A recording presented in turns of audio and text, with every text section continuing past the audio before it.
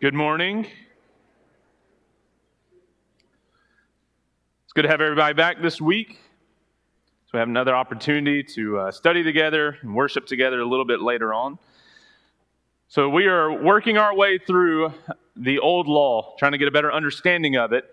And for the past few weeks, we've been looking at basic principles of the law, and we considered feast and sacrifices. And what we're going to be looking at today are purity laws. And this is going to be the unclean and clean things that you can eat, you can touch. How do you take care of yourself in a physical way? And then we'll get if we get that far, we'll get to the New Testament connections. Although we'll have a session later on where we will see how the New Testament uses the Old Testament, but we'll try and make some connections along the way if we can. So when you think about these principles of the law and you think about the purity laws, I started thinking about all the things that you can eat and you can't eat in those long list. Specifically, we're going to be going to Leviticus chapter 10 and working through a few chapters there. And I've got a question for you in just a minute. But as I was thinking about these clean and unclean laws, what kept coming to my mind is restaurant health scores. I don't know if you even look at those when you go to a restaurant. I try not to because they're very deceiving. Deceiving as in, I'm still going to eat it either way if it's food that I like, and I don't want to be deceived and think about, this might have been tainted back in the kitchen or something. But if you pay attention to those at all, and also find it interesting when you go to places outside of the United States, there are no health codes, and I've had way better restaurants here with lower health codes than I've had in other countries.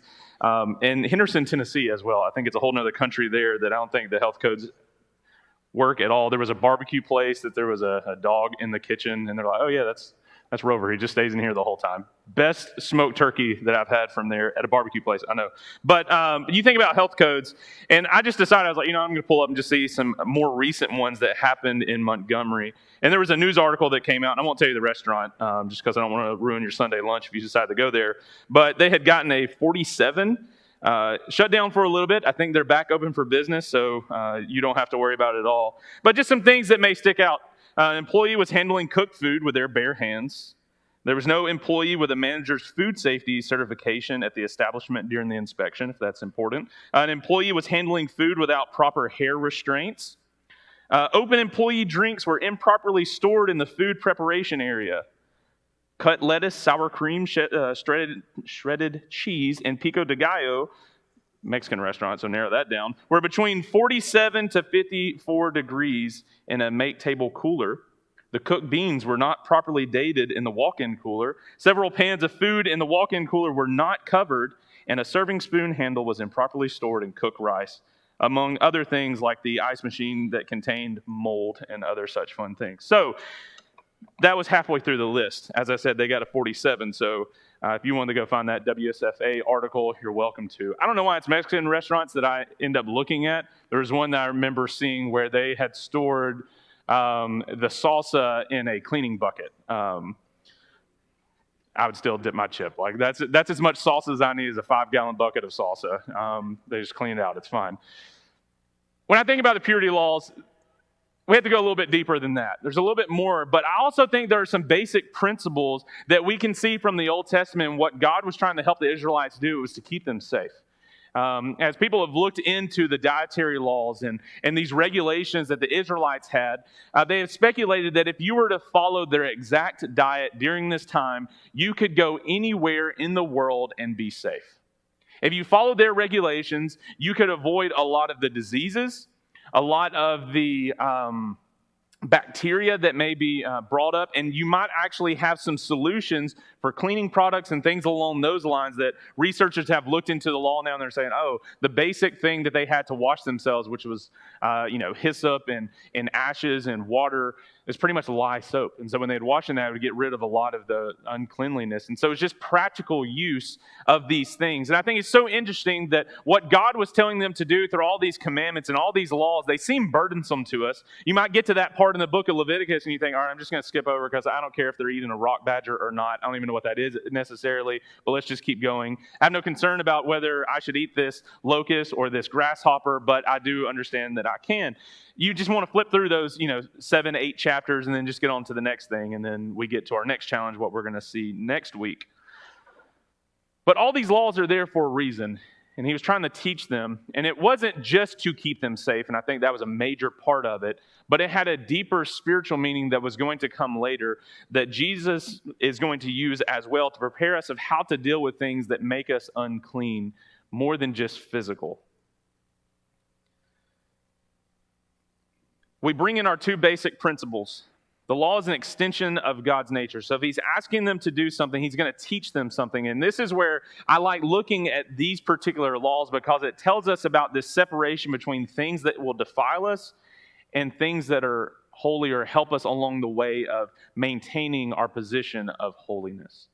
And these laws truly are an extension of God's nature. It's not just these are things that are unfavorable to him. He does have some abilities to tell us, I don't want you to do this, I want you to do this. And they can seem arbitrary, but it had a bigger meaning along the way. And so the law in general is an extension of his nature. And if we want to love God and we want to put him first, we're going to do whatever he asks us to do. If that includes not eating something, not touching something, or avoiding certain situations, that's what we will continue to work through as well. So let's ask this and kind of let you dig into it, and you might have something that comes to your mind. Why was God concerned about purity, cleanliness? When I say that, it's not just, we look at the word purity and maybe your mind goes automatically to sexual purity, and that's part of the later on teaching and understanding of it. But for our discussion this morning and what we're dealing with, we're talking about physical cleanliness, and then the extension, of course, the spiritual side of it will come later. But we're looking at these laws. Why was God asking them to do this? Maybe flip through Leviticus 10 through 17, look at some of those laws that are mentioned, and I don't know, draw some more conclusions. What comes to your mind when you think about why God was concerned about purity? Health. Okay, we covered that. What are some of those health concerns that come to your mind? Maybe some of the foods that they were to actually avoid, or situations. What are some of the health things that come up? Yeah, pork. Yeah, I mean, that's one of the biggest things that we talk about with the Jews, that they can't eat pork. And there are a lot of infections that happen through pork. I think we've got that figured out now with our bacon. We're pretty much set. But there were a lot of things that could happen if it was not treated correctly. And so anyways, they just kept it out of their camp altogether. And they would look at other nations that had pork, had pigs, and it was unacceptable practice to have those things around you. They focused on sheep and things along those lines. Okay, what else? Maybe with the health, or add something else.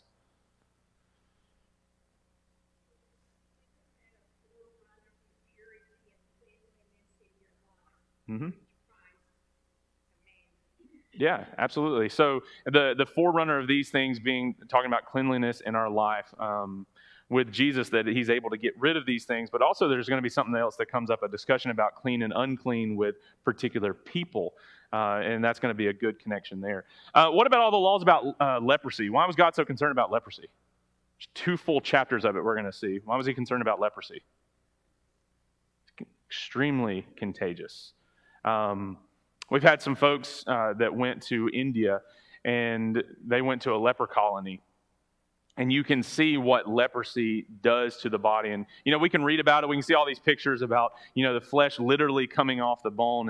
And you've got people in a leper colony that they're losing, digits and hands and all these kind of things. And they just look in such a pitiful state.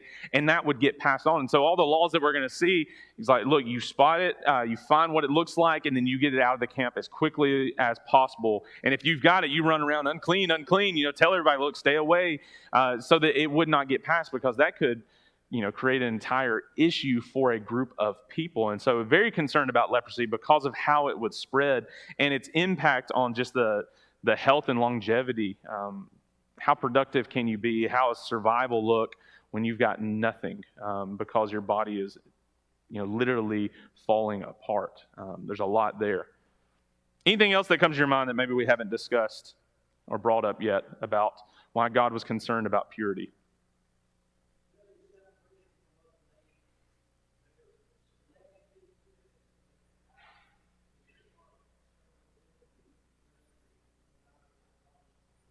Yeah, absolutely. One of the biggest things that we're going to see is that this would separate the Israelites from other nations. Some of it was practices that other nations would have that were abominable, that you would not want to deal with at all.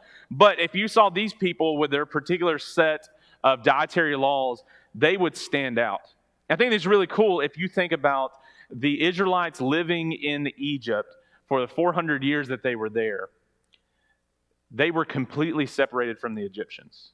The Egyptians didn't like shepherds, and that's what they would do. There was not a lot of intermarrying. There was the looking at those other gods that were there, and the Israelites kind of struggled with that, as we saw very early on in their Sinai experience. But they were separated, and they were almost contained in the middle of another nation, and that was a good training ground for them, so that when they went out into the land of Canaan, they would stand out from all these other people, and you could tell by their diet. You could tell by how they lived their life that it would separate them. All the things that we're dealing with the law, it separated them from other nations, so people would look at them and say, there's something about you and your God, and I want to know more. That's a very good point. Yes, sir.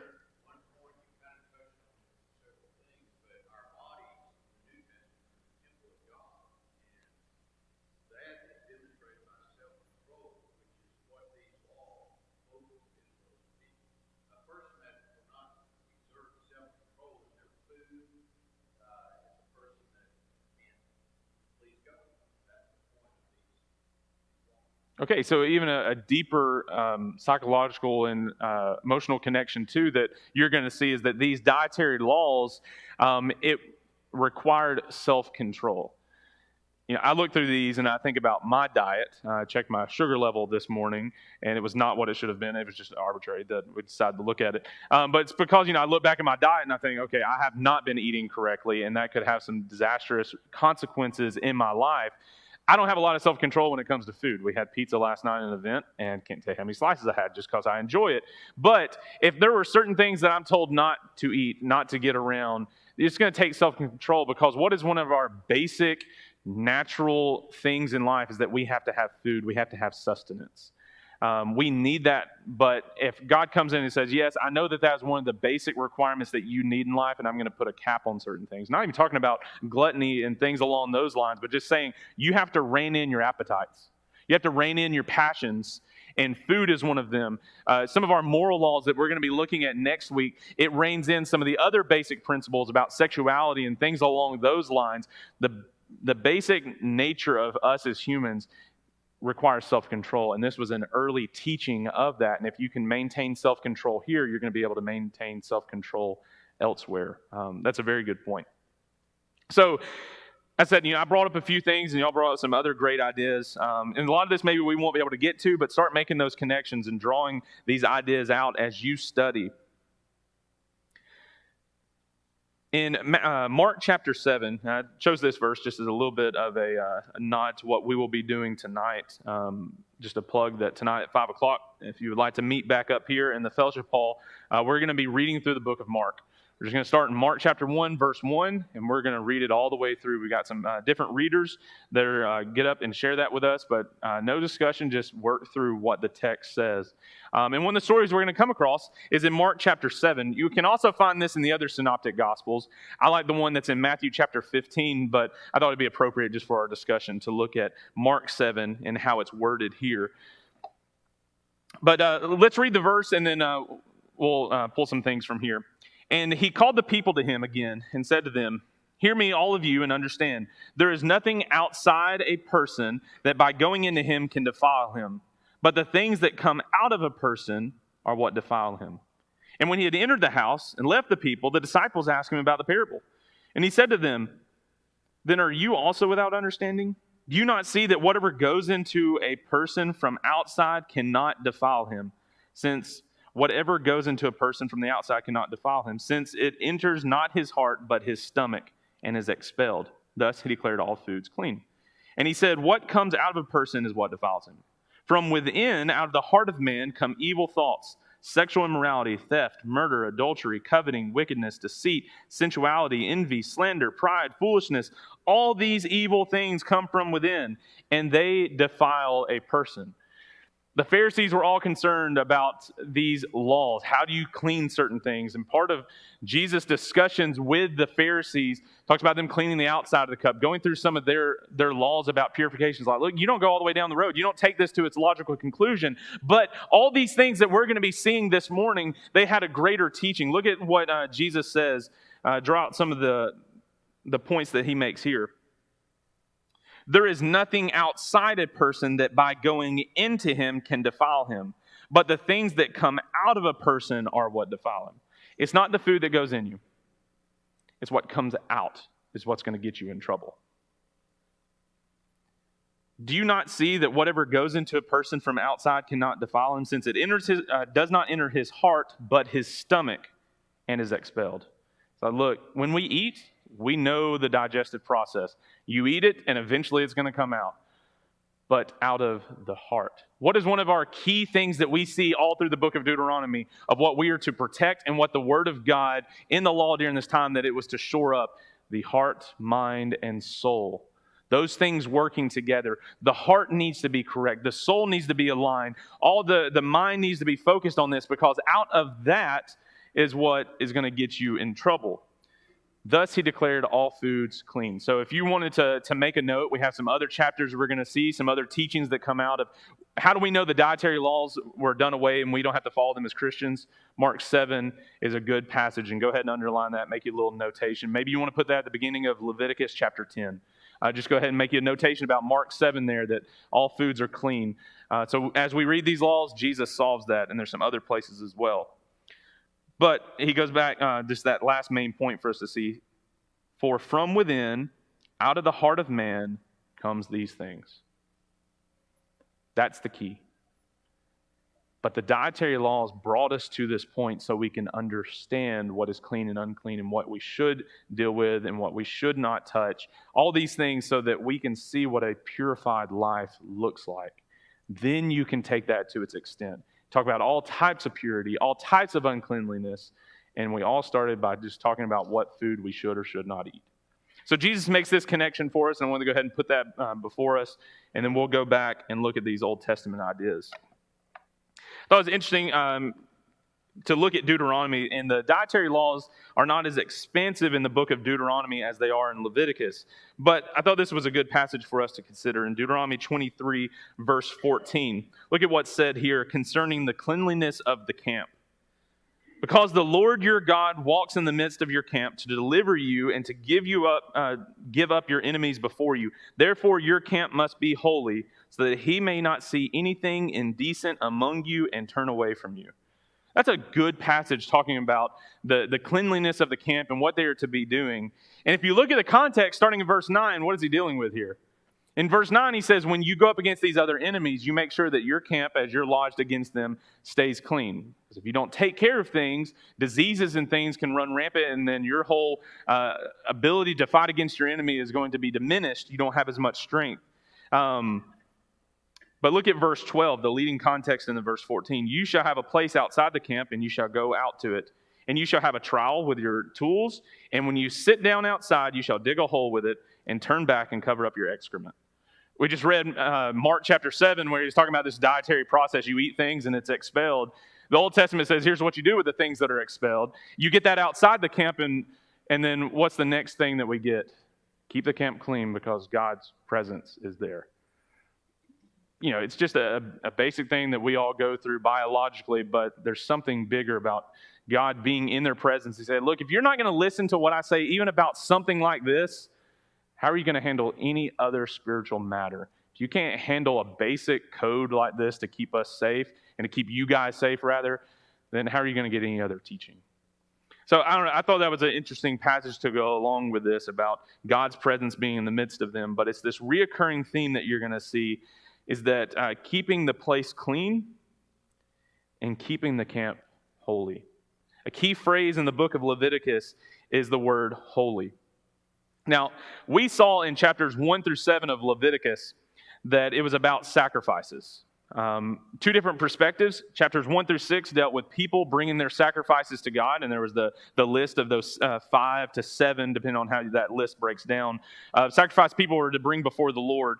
The latter half of chapter 6 through 7 is from the priest perspective. Be looking for these things. When people bring their sacrifices to you, this is how you're to handle them. This is how you were to prepare them, lay them open, even removing of the ashes, everything along these lines. Here's how you take care of yourself. Those are the first 7 chapters. Chapters 8 through 10 are the consecration of the priest. You know the rules about all the sacrifices. Now that you know what to do, now let's put them into practice and let's use them. So the priest had to go immediately after receiving these teachings and do sacrifices for themselves. They had the guilt and the sin and a burnt offering, and that prepped them correctly. And if you'll recall, what happens in Leviticus 10? What's that main situation in those first few verses? 2 people get themselves in trouble. Nadab and Abihu. Look, we're not far into this. We've covered the very basics of God's law about where to go and how the priests are to do certain things, and you get Nadab and Abihu, and what was their problem? Offered unauthorized fire. Look, we just laid down what you were supposed to do. I mean, we have very little, about the true details of what the fire was like, and I just wonder, did they set it up somewhere else? Did they decide they were going to put it in a different place? They're going to let it die down? What exactly was this unauthorized fire? All we know is that they didn't do what God asked them to do, and this is like the consecration. This is before you can begin your priesthood. We covered the sacrifices that need to be covered, and now you need to put them into practice, and then they failed, and they were killed because of it. And then we find the priestly line beyond that. But chapters 8 through 10, the consecration of the priest. Then we have our next 2 big sections covering the end of the book. 11 through 17 are the purity laws, which we're going to be looking at this morning. And then 18 through 27 is morality, and we'll be looking at those next week. And really a lot from Deuteronomy. But just know that's a basic little breakdown of the book of Leviticus if you want to see it. So early into this, let's go to Leviticus. I'm going to stumble over my words today, so y'all just let it go. Leviticus chapter 10. As he's teaching the priest. I'm going to start in verse 8, although I only have verse 10 up here. And the Lord spoke to Aaron, saying, drink no wine or strong drink, you or your sons with you, when you go into the tent of meeting, lest you die. It shall be a statute forever throughout all your generations. You are to distinguish between the holy and the common, between the unclean and the clean. And you are to teach the people of Israel all the statutes that the Lord has spoken to them by Moses. As you go into these chapters, through chapter 17, one of the jobs of the priest is to look at the cleanliness of people. Specifically, we have 2 full chapters about leprosy, where if you think you have a case of leprosy, you have to go to the priest. He's going to look at it. He's going to diagnose it. He's going to tell you to come back in a couple of days. I mean, like a true doctor's visit, and looking at how it's progressed, and then determine if you need to go outside the camp or it's been removed. You had to go to the priest for this kind of education about what was happening. But think about the weight and the responsibility on the priest to be able to identify what is common, to identify what is unclean, and to make a call and say, that's not allowed here. Now, let's go ahead and bring some application to us, because I just think it's just right here in our face. We are a chosen race, a royal priesthood. One of our main responsibilities, and you can read through the New Testament letters that Paul writes and puts weight on the saints, those people that have been separated from among the people. We have been sanctified, set apart because we have the uncleanliness, we have the sin removed from us, and we stand out differently. I mean, just use all the things we talked about of the Israelites standing out separately. He says, you as the church, as the people of God, the temple of God, don't have sin among you. 1 Corinthians chapter 5, he says, a little leaven leaven's a whole lump. All things we talk about with unleavened bread, he says, make sure that when you get ready for the Passover, you get ready for the Feast of Unleavened Bread, have no leaven among you. Because a little leaven's a whole lump, and it'll get you in trouble. And he uses that in application in the middle of 1 Corinthians chapter 5. That's in the middle of a book where the Corinthian church has allowed sin to come in. He said, what are you doing? It's like having, in 1 Corinthians chapter 6, he deals with this. He's like, it's like bringing in the body and joining it together with a prostitute. He said, what purpose does the church have with things of the world? we are not to judge the world, but what? According to the end of 1 Corinthians chapter 5 into chapter 6. Ourselves. 2 Corinthians chapter 13, verse 5, examine yourselves to see if you're in the faith. Test yourselves. Or do you not realize this about yourselves, that Christ Jesus is within you? Reference back 1 Corinthians chapter 3, 1 Corinthians chapter 6, he says, you are the temple of God. Our responsibility to each other, to the church, is to hold each other accountable. It's not that we walk around and talk about, you got sin, and you've got sin, and you need to get out of here, don't be here. If I see someone struggling, I want to help them. If we see somebody that is going through one of these diseases and we're in this part, we've got to protect ourselves, but we want to also take care of you. We want to see you taken care of and provided for. That's got to be our mentality. And the world will see how we handle each other. The world will see our deeds of love. I mean, I can't study this without go ahead and drawing those applications to us. We've got to be able to call sin what it is, but also deal with it effectively, speaking the truth in love. But as we go back to our context here in Leviticus chapter 10, the priest had the responsibility. You need to know what you're looking for. You need to know what to call it and how to deal with it effectively. It's very important.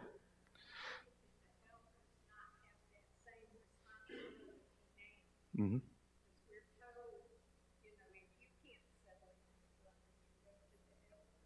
Yep. So Matthew chapter 18, when Jesus is talking about how to deal with a situation of sin, if someone offends you, you go to them one-on-one. You bring witnesses with you, and eventually you bring it before the church, and then you go from there and you find the separation. But then you think about an eldership and the responsibility there as well. They are shepherding the flock, overseeing them and keeping account of them. Yeah, that's absolutely a major part of it, and that's a big responsibility, which is why we pray continually for you guys, for you elders, because of that responsibility. But a great application as well, another section of it to consider. As you read through these laws about cleanliness and purity, two things stuck out to me. Some of the things that you come in contact with, given a certain amount of time, or you had to wait just a certain amount of time, and given when that has passed by, then you are considered clean. So if you touch something, you came in contact with something, just wait until evening, and then you'll be fine. So some things make you unclean for a time. But then there's something else that you start noticing as you read through Leviticus. Some things make you unclean, and you need time and sacrifice. When the Levites started off their priesthood, they had to separate themselves, prepare themselves, consecrate themselves, so they could help other people work through this. And if they know all the details about the sacrifices, they know all the details and responsibilities given to them, then they're going to be able to help people that come to them that need assistance. And one of the things, if you come in contact with something or you do something, you have to wait a certain amount of time, but then you need to know what kind of sacrifices to bring. So depending on what the situation is, are you bringing a guilt offering? Are you bringing a burnt offering? Are you bringing a peace offering? What exactly are you doing because of what you have experienced? The priest had to have that knowledge. So these two things stick out. Yeah.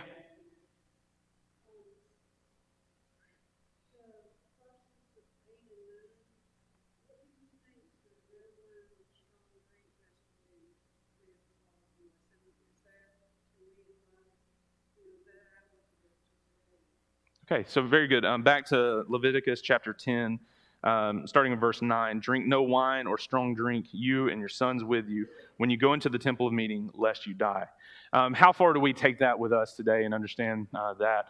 A lot of great passages come to mind. I think about the book of Proverbs that talks about, the cup of wine, those strong drinks.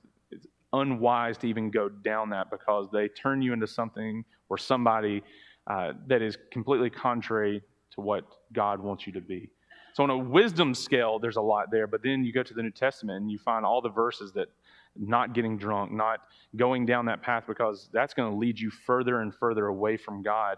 And it's being separated. Just in a practical, observable way, look at the way our world handles alcohol and the way they turn to it, and then what Christianity looks like separated from it.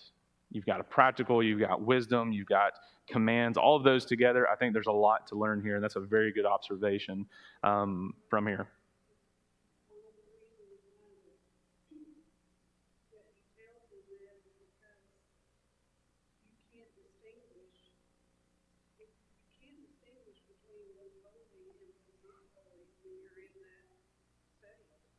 Yeah, so if you have strong drink in your body, you're drunk, you are not sober, you can't think clearly, how are you going to be able to help people? I mean, that is a huge thing for us to think about, is if we're not thinking clearly, anything has clouded our judgment. I mean, put it in the practical sense as well as theological and all those kind of things. Really good points. Thank you. Yes, sir.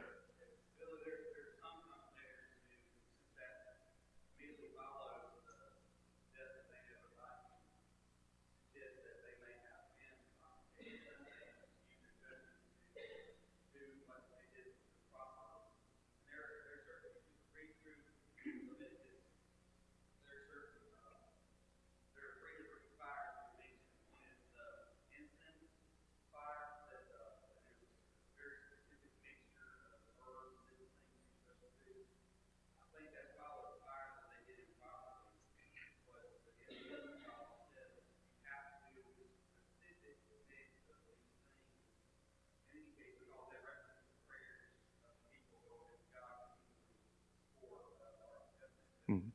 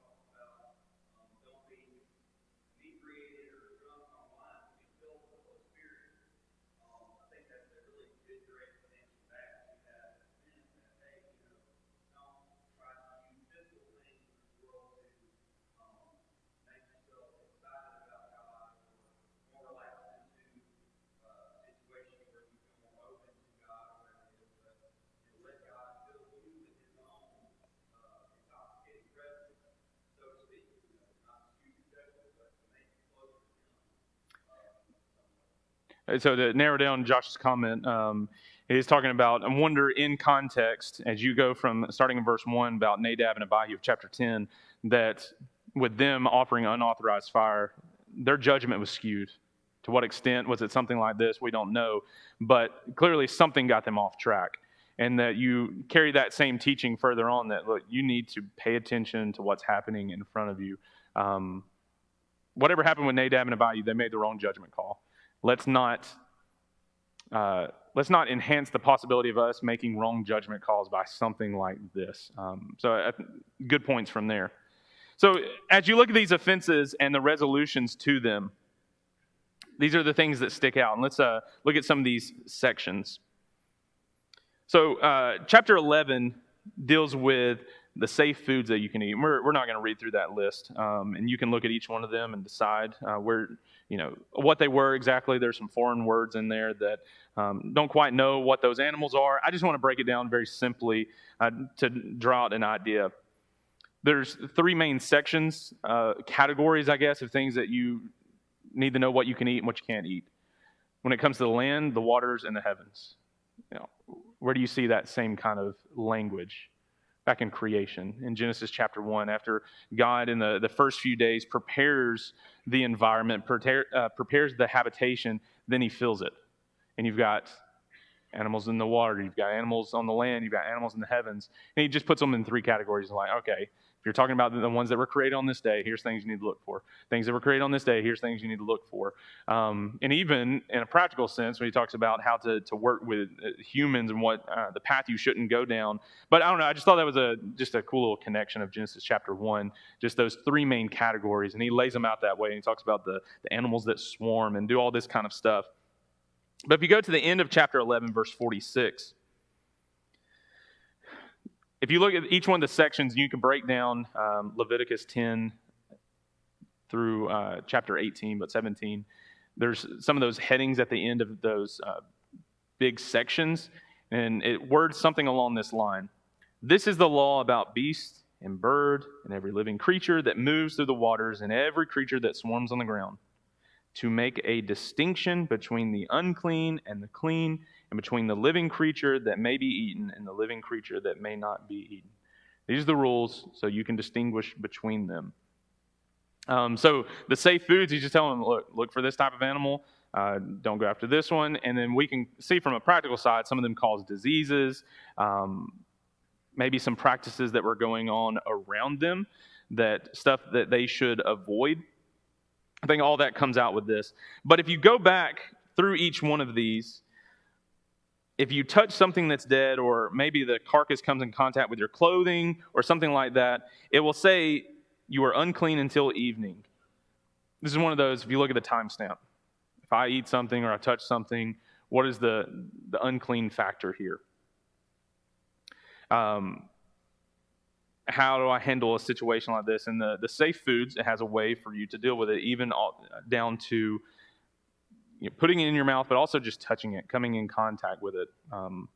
But look for those section headings, and like in verse 46 and 47 says, this is the law about whatever he's going to be dealing with.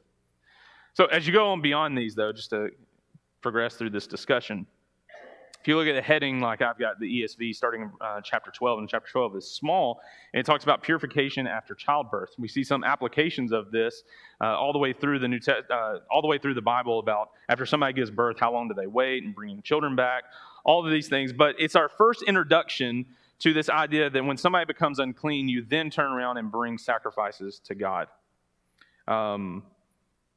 Like in chapter 12, verse 6.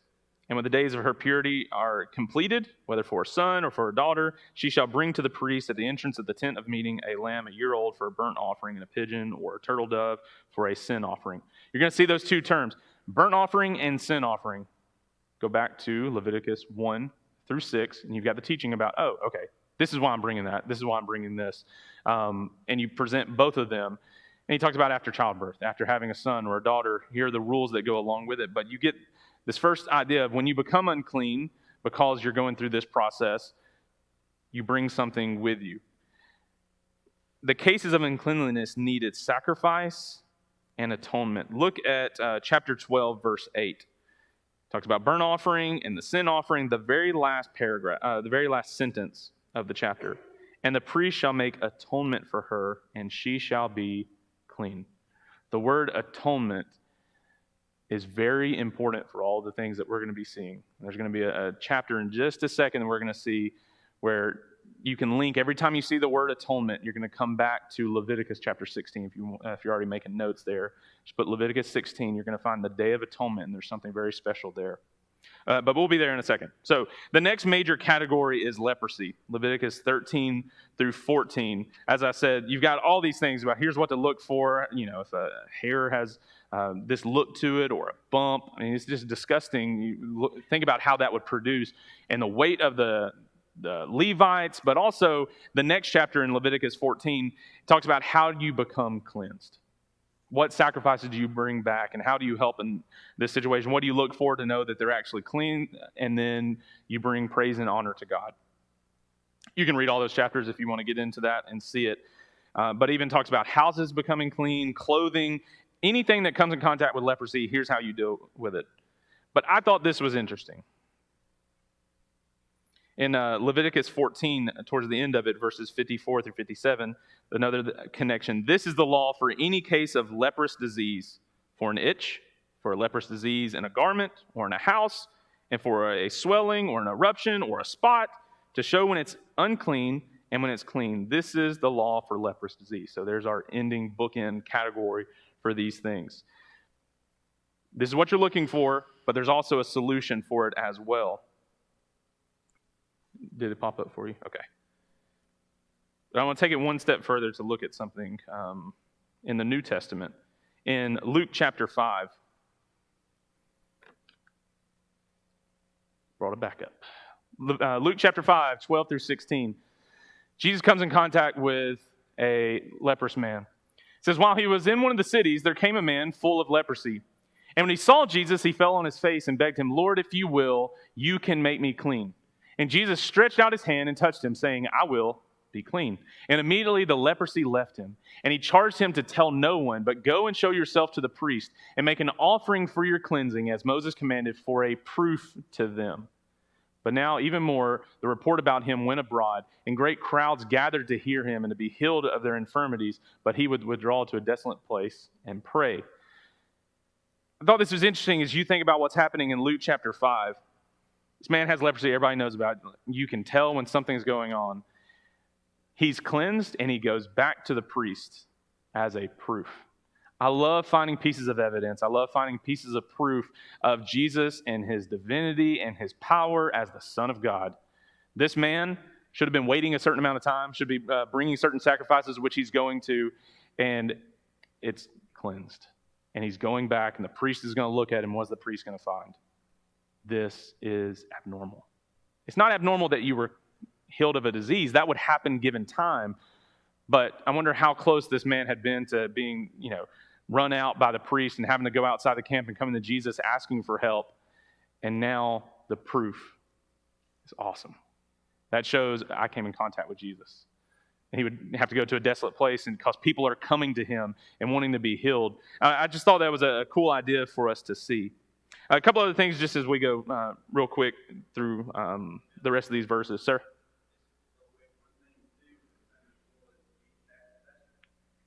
Right.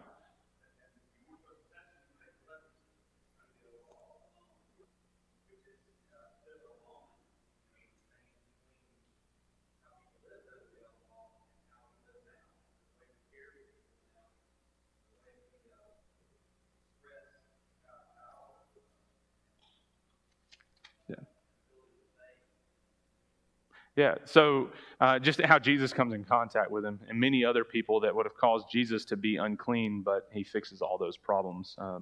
Good point there. At the end of the leprosy section, just another driving point about leprosy and how to get it cleansed. In Leviticus 15, verse 31, "Thus you shall keep the people of Israel separate from their uncleanliness, lest they die in their uncleanliness by defiling my tabernacle that's in their midst." Translate that over to sin and its place in the church and among the brothers and sisters. It has no place. Even things that destroy the clothing. And, anything that comes in contact with something that is disease, I think about avoid all appearances of evil, all kinds of things that can lead us away from God. So as you go through these purity laws, I find it very interesting that you get to chapter 16 in Leviticus, and it's about the Day of Atonement. It's that day where the priest can go into the presence of God behind the second veil and into the second section behind the veil into the most holy of holies, and it's in the presence of God. He has to prepare himself in a certain way, put on a certain type of clothing, get all these animals together. A whole process. You can read chapter 16 and get that whole picture of what that would look like once a year coming in. But the Day of Atonement is important, and here's why. Here's some things you'll find in the chapter. Leviticus 16, verse 16, "Thus he shall make atonement for the holy place, because of the uncleanliness of the people of Israel, and because of their transgressions, all their sins, and so he shall do for the tent of meeting, which dwells with them in the midst of their uncleanliness." You got a group of people, and you got all the unclean, they're actually outside the camp. They can't be there, but what does he say about just people in general, that he's trying to teach them a greater lesson about uncleanliness of sin? He said the tabernacle, the presence of God is in the midst. And when things are working properly and the people are coming there seeking atonement, seeking correction with God, he will cleanse not just that area, but the people. And so once a year, they would come for this. And what do we get when we go to Hebrews chapter 8?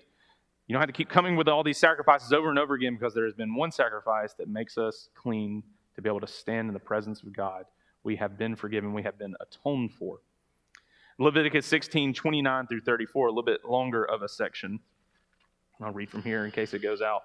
There's our timer. But look at verse 32. We'll just jump in the middle. "And the priest who is anointed and consecrated as priest in your father's place shall make atonement wearing the holy linen garments. He shall make atonement for the holy sanctuary, and he shall make atonement for the tent of meeting and for the altar, and he shall make atonement for the priest and for all people of the assembly. And this shall be a statute forever, that atonement may be made for the people of Israel once in the year because of all their sins." We go from dietary, we go from physical, And we have to think about this in a bigger spiritual setting. The atonement and all those sacrifices, it was to make things clean. Do you see Jesus' blood present in all these? Do you see how it impacts us as the church? I hope you do. So appreciate you guys studying that. Look forward to next week when we'll talk about the moral laws.